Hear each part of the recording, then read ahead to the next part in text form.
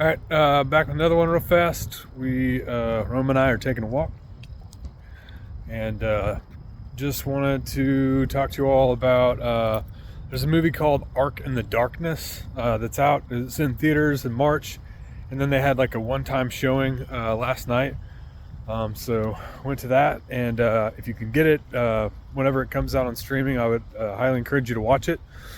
It gives a biblical account of dinosaurs and the fossils that are found, and it explains the biblical flood. It's kind of like a documentary, but it's 2 hours long.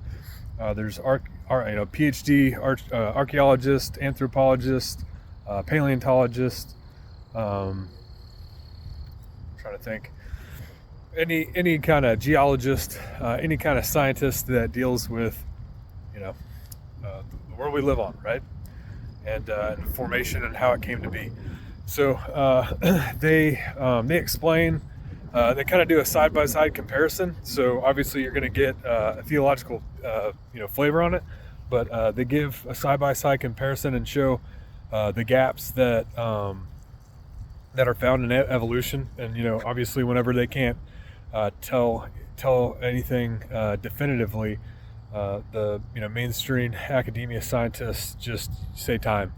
And you got to take it at that. And remember, if I talked about it in my live video, if you have a discussion over the world that we live in now, and I remove God from my point of view, and you remove time if you're a atheist or an evolutionist, then and we just discuss the facts, then it's undeniable that a creator is present, and this film kind of does a really great job of it.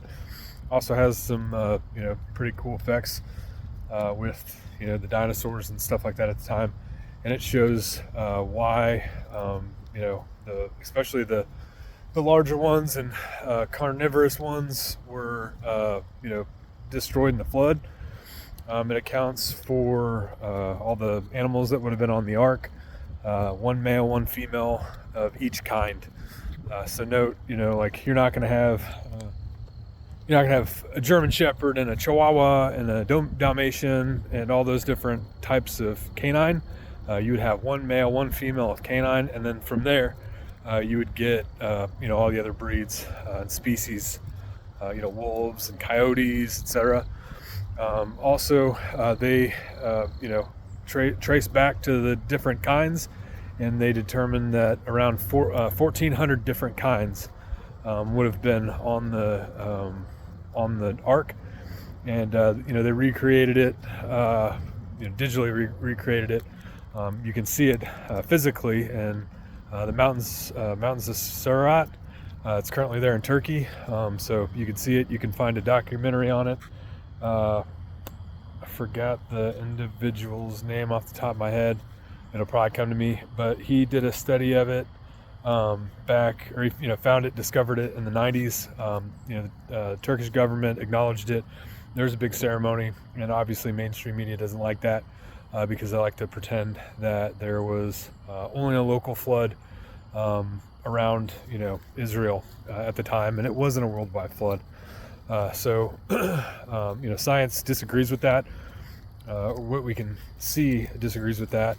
One of the main reasons is because petrified trees standing straight up are existing within what evolutionists would say is hundreds of millions or billions of years of sediment. So the tree, imagine a tree standing dead, erect, with no root system found, and then hundreds of millions of years of sediment would come and lay on it, and then hundreds of millions of more sediment would come and bury it halfway up, and then hundreds of millions of sediment would come and 3/4 of the way would be covered. And we know from observation now that trees like that, a dead tree with no root system, isn't going to stay standing erect for very long at all. A wind gust is going to knock it over. So just by your own observations of the world around us now, we can determine that a lot of what is said is not true. So encourage you to look at it. I can't think of the guy's name off the top of my head, but I will post it in the comments, because as soon as I get inside, I'm gonna look it up and put it here. But that, and then dinosaurs. So a lot of the archaeologists and whatever other scientists are observing these things. They'll see dinosaurs mixed in with other animals, birds, carnivores, omnivores, that existed, according to them, hundreds of millions of years apart. But they're all buried in the same sediment layer. And so the only logical explanation would be that they existed at the same time. How else would a bird dig its way down hundreds of millions of years to lay down next to a T-Rex that was buried? Also, it's not just the mineral replacements that form that take the place of the bone and give us the fossils. They've also found muscle, ligament, tissue in there as well, which would not last thousands of years, let alone hundreds of millions. So the decay rate of tissue just simply wouldn't go. And they know it's tissue because it has elasticity. Any doctor worth anything would be able to confirm muscle tissue coupled with the DNA that's found in it. So there's that. And it was a really good documentary. 2 hours long, definitely worth your time. Definitely fills in any and all gaps that you might have about a worldwide flood. So I would check it out, but don't believe me, watch it for yourself, and don't send your money, keep it for yourself. God bless you all.